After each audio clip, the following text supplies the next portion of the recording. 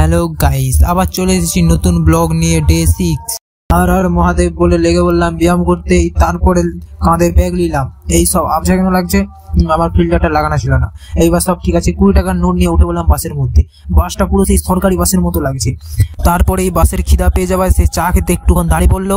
আর আমি তখন 20 টাকার নোট হাতে নিয়ে কন্ট্রাক্টরের সাথে যুদ্ধ করার প্রস্তুতি নিচ্ছিলাম। কিছুক্ষণ পরে কন্ট্রাক্টর এলো। তাকে 20 টাকা দিতেই জানি না কেন একটা আমাকে কাগজ ধরিয়ে দিল।